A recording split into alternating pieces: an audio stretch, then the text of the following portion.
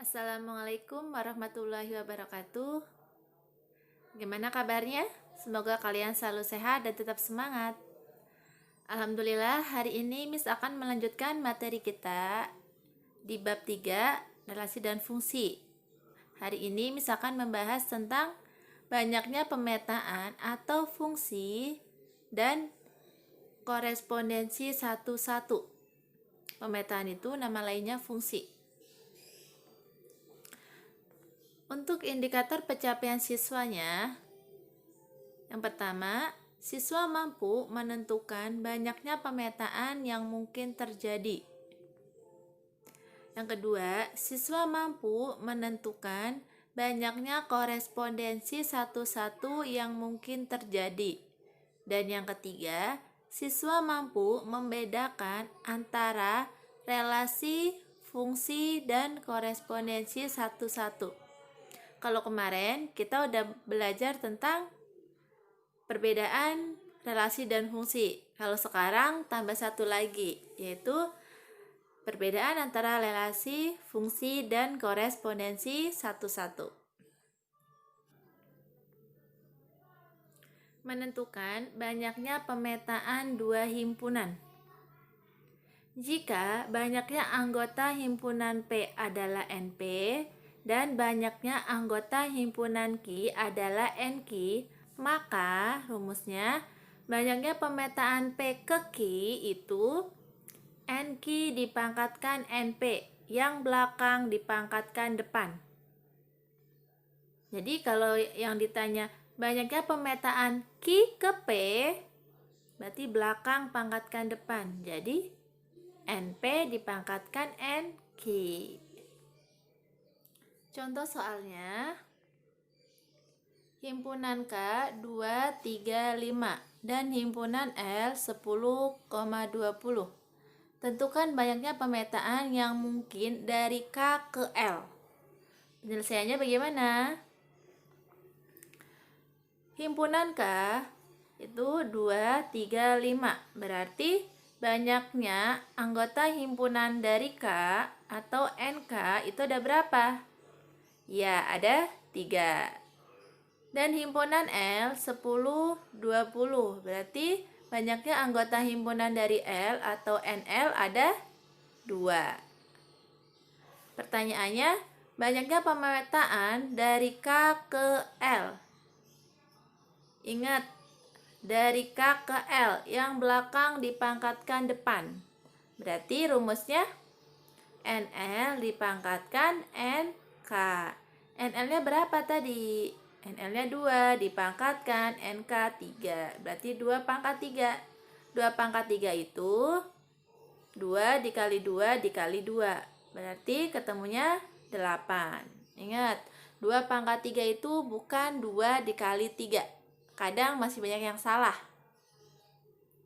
Jadi 2 pangkat 3 itu 2 dikali sebanyak 3 kali. 2 kali 2 kali 2. Berarti 8. Banyaknya pemetaan L ke K, belakang pangkatkan depan. Berarti NK dipangkatkan NL. NK-nya berapa? 3 dipangkat 2. 3 pangkat 2 itu 3 dikali 3. Ketemunya 9. Paham ya? Belakang dipangkatkan depan, jangan kebalik. Dan perhatikan soalnya. Apa dulu yang ditanya?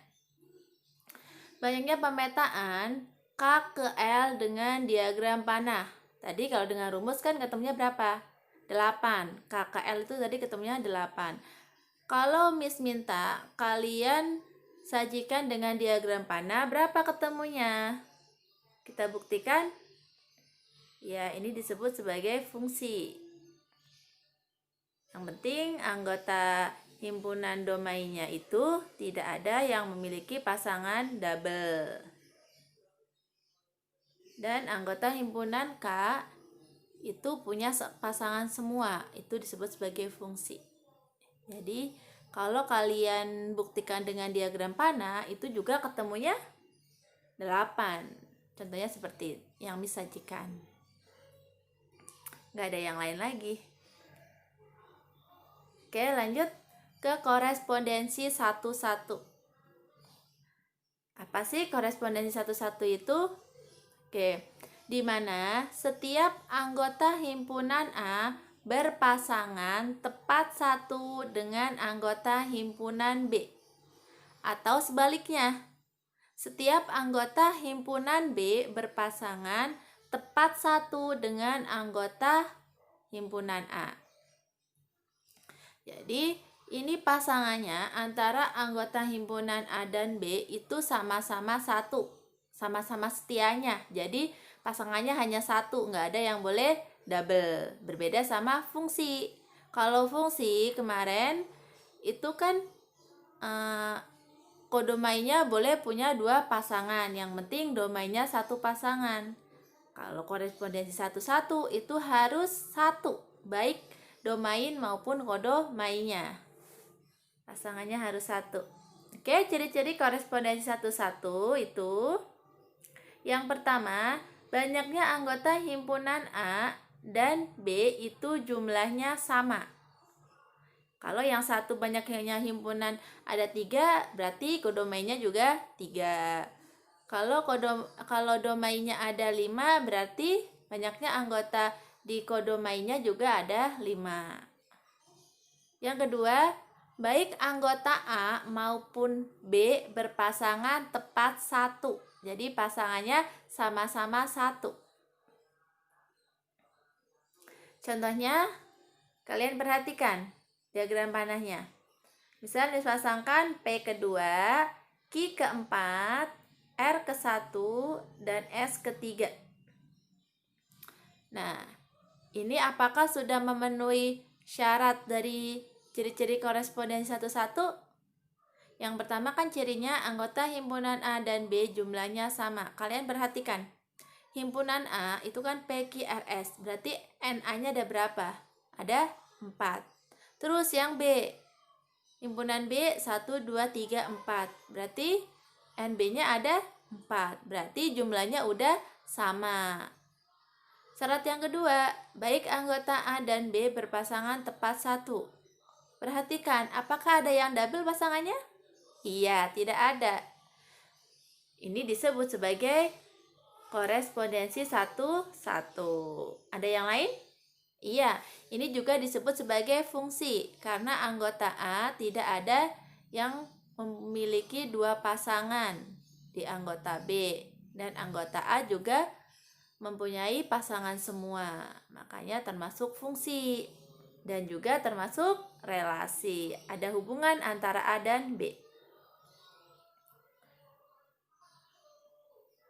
Nah, kalau yang ini perhatikan. A kedua, B ke-1, C ke-3, dan D ke-1. Ternyata di anggota himpunan A itu pasangannya sama di anggota himpunan B, yaitu ada angka 1. Apakah ini disebut sebagai korespondensi satu-satu? Ya, ini bukan korespondensi satu-satu. Syarat yang pertama apa tadi? Jumlahnya harus sama. Anggota himpunannya harus sama. Di sini ya himpunan A itu ada 4 dan himpunan B, NB-nya ada 3. Itu udah beda.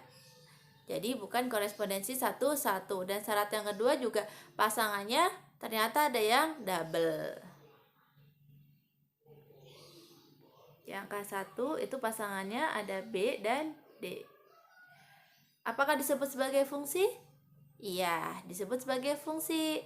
Karena yang A punya pasangan semua dan pasangannya hanya satu di anggota himpunan B. Jadi disebut sebagai fungsi dan disebut sebagai relasi. Contoh yang ketiga, K ketiga, L ke-7, M kedua, dan N ke-11. Banyaknya anggota himpunan A itu ada 4 dan banyaknya anggota himpunan B itu ada 5. Ternyata udah berbeda dari jumlahnya. Berarti bukan korespondensi satu-satu. Karena huruf M mempunyai dua pasangan, yaitu di 2 dan 5. Dan jumlah himpunannya juga berbeda, yang satu 4, yang satu 5. Apakah disebut sebagai fungsi? Ya, bukan fungsi juga, karena anggota M punya dua pasangan. Kalau fungsi itu pasangannya hanya satu di anggota himpunan B. Disebut sebagai relasi. Banyaknya korespondensi satu-satu yang mungkin terjadi. Rumusnya ada yang tahu? N tanda seru. Tanda seru itu dibacanya apa? Dibacanya N faktorial. Jika dijabarkan, N dikali N dikurangi 1 dikali N dikurangi 2 dikali N dikurangi 3 dikali N dikurangi 4 dan seterusnya sampai nilainya kecil. Biar lebih paham, perhatikan contoh soalnya. Tentukan banyaknya korespondensi satu-satu antara A, ABC, dan B 1, 2, 3. Penyelesaiannya, yang A, B, C. Berarti banyaknya himpunan A atau NA-nya ada 3. Dan B 1, 2, 3 berarti NB-nya ada berapa? 3. Ternyata jumlah himpunannya itu sama-sama 3. Jadi benar, ini termasuk korespondensi satu-satu dengan N itu 3. Jadi banyaknya korespondensi satu-satu antara A dan B, yaitu N-nya berapa? 3, berarti N faktorial. N faktorial itu artinya 3 dikali 2 dikali 1. Ketemunya 6. Kalau misal ada 5 faktorial, berarti 5 dikali 4 dikali 3 dikali 2 dikali 1. Berapa ketemunya? Kalau 10 faktorial juga sama. 10 dikali 9 dikali 8 dikali 7 sampai dikali 1. Dihitung ketemunya berapa. Banyaknya korespondensi satu-satu antara A dan B jika misbuktikan dengan diagram panah. Ada berapa? Kita buktikan. Apakah jawabannya sama? Ya, ada lagi nggak? Iya, nggak ada lagi. Ini udah mentok. Jadi ketemunya sama, yaitu ada 6. Untuk latihannya, nomor 1, diketahui A, B, C, dan B itu dibacanya apa? X, sedemikian nilai X-nya itu kurang dari sama dengan 1 dan kurang dari 4 dengan syarat X adalah bilangan cacah. Banyaknya korespondensi satu-satu yang mungkin dari A ke B, berarti kalian hitung himpunannya ada berapa. Himpunan A itu A, B, C ada berapa. Terus yang B, tadi kan nilai X-nya itu kurang dari sama dengan 1 dan kurang dari 4 dengan syarat X adalah bilangan cacah. Berarti berapa aja? Satunya itu ikut karena di situ ada tanda sama dengannya. Berarti angkanya 1, 2, 3. Kenapa 4-nya nggak ikut? Iya, karena 4-nya di situ nggak ada tanda sama dengannya. Jadinya cuma angka 1, 2, dan 3. Silakan kalian lanjutkan dan masukin ke rumus. Untuk soal nomor 2, diketahui A 2, 3, 5 dan B-nya 1, 2, 3, 4. Banyaknya pemetaan yang mungkin dari himpunan A ke himpunan B. Awas, jangan sampai salah masukin ke rumusnya. Jangan sampai himpunan A ke himpunan B. Berarti kan B dipangkatkan A, bukan A dipangkatkan B. Oke, selamat mencoba. Silakan kalian kerjakan dan kirim jawabannya ke Miss. Terima kasih. Miss tutup. Wassalamualaikum warahmatullahi wabarakatuh.